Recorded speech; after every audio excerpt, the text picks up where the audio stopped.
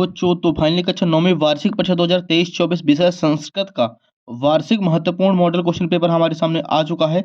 वो भी पूरा का पूरा सॉल्यूशन के साथ। तो प्यारे बच्चों को टेंशन नहीं लेना है। यदि आपने बताए हुए हमारे तरीकों को फॉलो कर लिया तो आपके डेफिनेटली 75 में 75 नंबर आने वाले हैं बच्चों। आपका एक नंबर भी कहीं पास का कटने वाला नहीं है। तो चलिए बिना टाइम वेस्ट किए हम आपको दिखाने वाले हैं। पेपर का फ्रंट पेज इस टाइप से आपका रहने वाला है।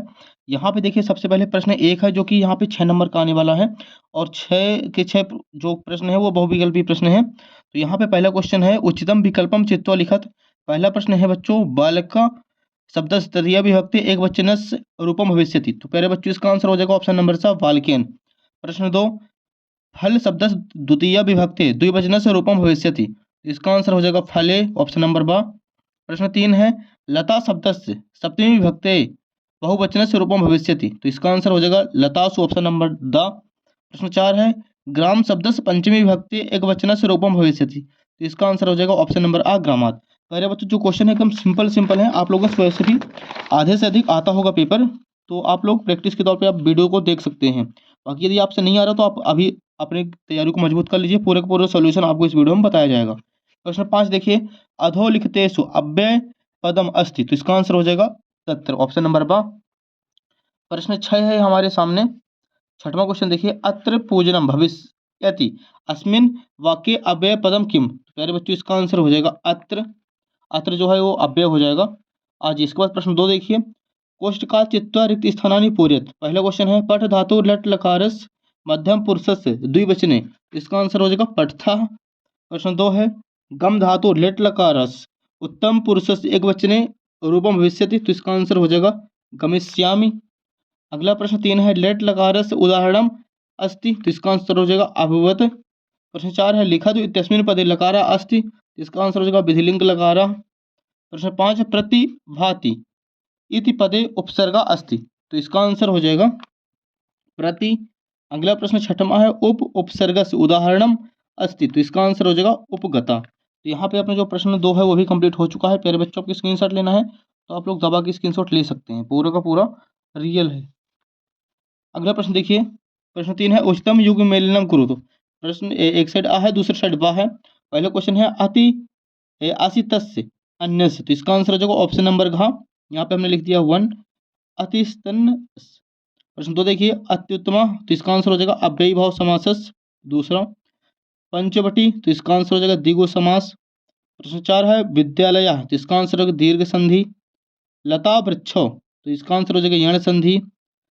पितृचरण। तो इसका आंसर रहेगा पितुचरण छठवां। तो आप लोग देख सकते हैं सभी का हमने टिक लगा दिया है। तो आपको स्क्रीनशॉट लेना तो आप स्क्रीनशॉट ले सकते हैं। आज ये प्रश्न 4 देखिए एक वाक्यन उत्तरम लिखत। तो यहाँ पे पहला क्वेश्चन है लघुतम इत्यस्मिन् पदे का प्रत्यय अस्ति। तो इसका आंसर हो जाएगा तुमुन। तो इसका आंसर हमें लिखना है तुमुन। यहाँ पे हमने लिख रखा पहले पेंसिल से, आपको दिख ना रहा होगा तो हम दोबारा इसे लिख दे रहे इस आंसर को। सी प्लस कृत्वा अन्यो मेलिन किम रूपम भवति। तो इसका आंसर हो जाएगा सीत्वा। तो इसका आंसर हमें लिखना है सीत्वा। अगला प्रश्न देखिए करणीयम इत्यस्मिन् पदे का प्रत्यय अस्ति। तो इसका आंसर हो जाएगा ल्यप। अगला प्रश्न है वृक्षा स्वयं कानि न खादन्ति। तो इसका आंसर हो जाएगा फलम। वृक्ष स्वयं क्या नहीं खाते हैं, तो फल नहीं खाते हैं। अगला प्रश्न देखिए स्वाना की दृश्य दिवसे पर्यटसी। इसका आंसर हो जाएगा निदाग दिवसे। निदाग दिवसे। अगला प्रश्न देखिए किदृश्य वीणाम निनादयुतम कथयति। तो इसका आंसर हो जाएगा वाणीम। ये आपके पाठ 1 का प्रश्न उत्तर है, तो आप लोग इसे कंप्लीट कर लीजिएगा। अगला प्रश्न देखिए शुद्ध वाक्य नाम समक्षम आम अशुद्ध वाक्य नाम समक्षम ना इति लिखा था। ये भी 6 नंबर के प्यारे बच्चों है। तो यहाँ पे पहला क्वेश्चन है स्वध्वनि भच्य कवलानि अन्यो पदो विशेषणम पदम स्वध्वनि अस्ति। तो ये इसका आंसर हो जाएगा आम। अगला प्रश्न गुणयुक्ता दरिद्रा अन्यो पदयो विशेष पदम गुणयुक्ता अस्ति। तो इसका भी आंसर हो जाएगा आम। अगला प्रश्न देखिए कटु इति पदस्य विलोम शब्दम मृदुम अस्ति। तो इसका भी आंसर हो जाएगा आम। अगला प्रश्न देखिए चौथा है सुप्ता इति पदस्य विलोम पदम प्रबुद्धा अस्ति। तो इसका भी आंसर हो जाएगा पहले बच्चों आम। अगला प्रश्न 5 है आसु इति पदस्य पर्याय पदम शीघ्रम अस्ति। तो इसका आंसर हो जाएगा ना। अगला प्रश्न है पवना इति पदस्य पर्याय पदम रसाला अस्ति। तो इसका भी आंसर हो जाएगा ना। तो यहाँ तक अपने बहुविकल्पी प्रश्न कंप्लीट हो चुके हैं, वस्तुनिष्ठ प्रश्न सारे के सारे। अब यहाँ से प्यारे बच्चों देखिए यहाँ पे प्रश्न 6 स्टार्ट होने वाला है हमारे सामने। सर्पि किम भवति, तो इसका आंसर आपको नीचे प्रश्न बैंक रखा है, तो हम प्रश्न बैंक से आपको सभी का आंसर दिखा देंगे लास्ट में। आपको वीडियो में बने रहना है। प्रश्न 7 देखिए, पदगेश्वर रावणस्य कीदृश चापम ससरम भवज्य। अगला प्रश्न 8वां मोस्ट इंपॉर्टेंट है, बसंते किम भवति। नेक्स्ट प्रश्न देखिए, कालः कस्य रसम पिबति। अगला प्रश्न 10 है, बालका चटकाय क्रीडनार्थ कीदृश लोभम दत्तवान। तो यहाँ तक अपने जो प्रश्न उत्तर थे वो कंप्लीट हो चुके हैं। इसके बाद प्रश्न 11 देखिए, रेखांकित पदानी अधिकृत्य प्रश्न निर्माणम कुरुत कोअपि दो। तो प्यारे बच्चों, यहाँ पे हमें जो रेखांकित पद हैं वहाँ पे हमें प्रश्न निर्माण करना है। जैसे कि यहाँ पे मध्य मानस दहना अनिनम ऊर्ध समुदिशति। प्रश्न दूसरा है, वृक्ष कर्तनाम शुद्ध वायु न प्राप्यते। तो देखिए जहाँ पे वृक्ष कर्तनाथ लिखा है यहाँ पे हमें केन लगा देना, केन शुद्ध वायु न प्राप्यते। अगला प्रश्न देखिए, प्रश्न 12 हमारे सामने, अधोलिखितानि वाक्यानि का कम प्रति कथयति लिखति कोऽपि दो। इनमें से हमें कोई दो कराने हैं।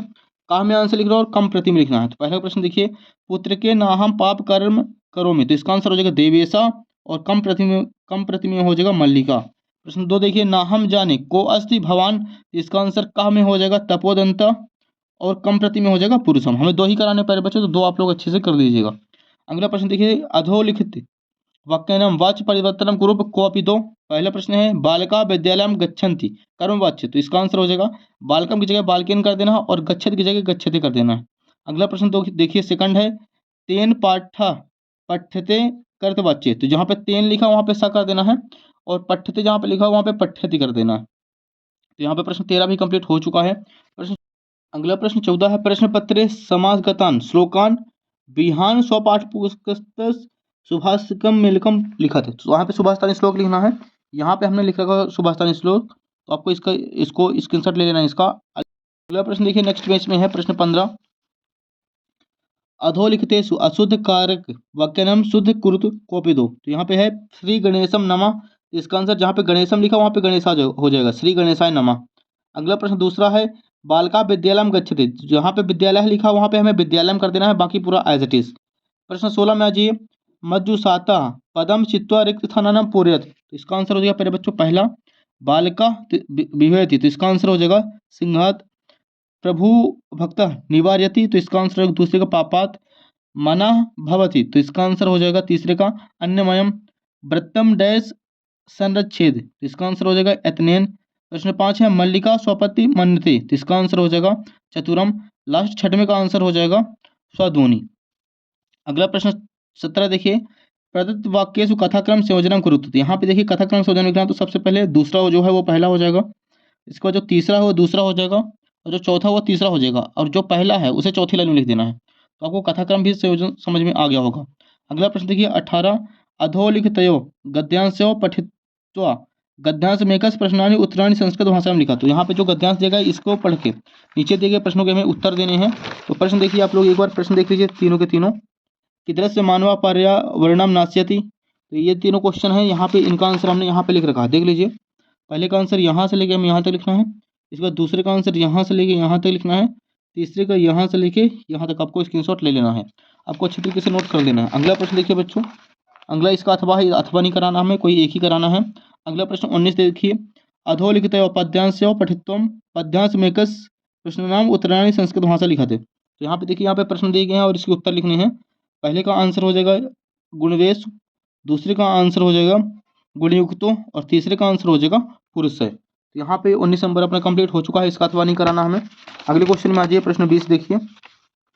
प्रश्न 20 भी सेम ही क्वेश्चन है, यहाँ पे प्रश्न दिए गए नीचे और ऊपर गद्यांश दिया गया है, और इससे हमें ढूंढकर आंसर लिखना है। पहला प्रश्न देखिए, पहले का आंसर हो जाएगा यहाँ से लेके यहाँ तक लिखना है, दूसरे का आंसर यहाँ से लेके यहाँ तक लिखना है प्यारे बच्चों, और तीसरा है ज्ञातुम इति पदे का प्रत्यय अस्ति। इसका आंसर होगा तुमुन।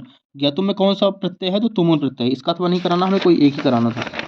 अगला प्रश्न देखिए नेक्स्ट, प्रश्न क्रमांक 21 है, अधोलिखितम अपठित गद्यांशम पठित्वा प्रश्नानि उत्तराणि संस्कृत भाषा लिखा था। तो यहाँ पे पहला प्रश्न दिया गया है, अब्दुल कलाम से पितु नाम किम आसीत। तो अब्दुल कलाम के पितु का नाम जैनुलद्दीन था, तो ये लिख देना आपको।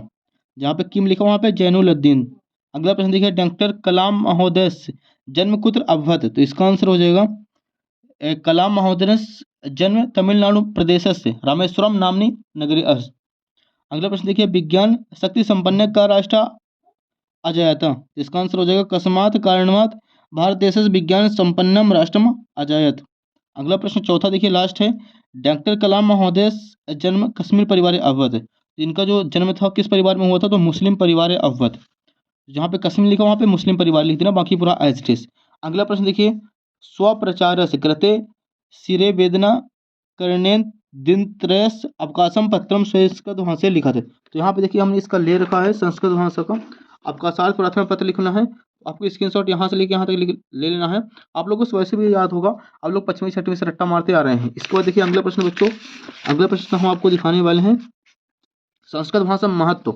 संस्कृत भाषा महत्व को आपको ऐसे याद कर लेना, मोस्ट इंपोर्टेंट, हर एक बार पेपर में छपता ही छपता है। तो संस्कृत भाषा महत्व का आप लोगों को स्क्रीनशॉट ले लेना है। इसके बाद देखिए महाकवि कालिदास, मोस्ट इंपोर्टेंट है, कई बार एग्जाम में आ चुका है। तो महाकवि कालिदास का भी हमें स्क्रीनशॉट ले लेना है और इसका ऐसे अच्छे तरीके से कंप्लीट कर लेना है। आप लोग देख सकते हैं यहाँ पे महाकवि कालिदास का भी आया है और संस्कृत भाषा महत्व का भी ऐसे आया है। तो हमने दोनों का दिखा दिया है, आपको अच्छी तरीके से स्क्रीनशॉट लेके कंप्लीट कर लेना है।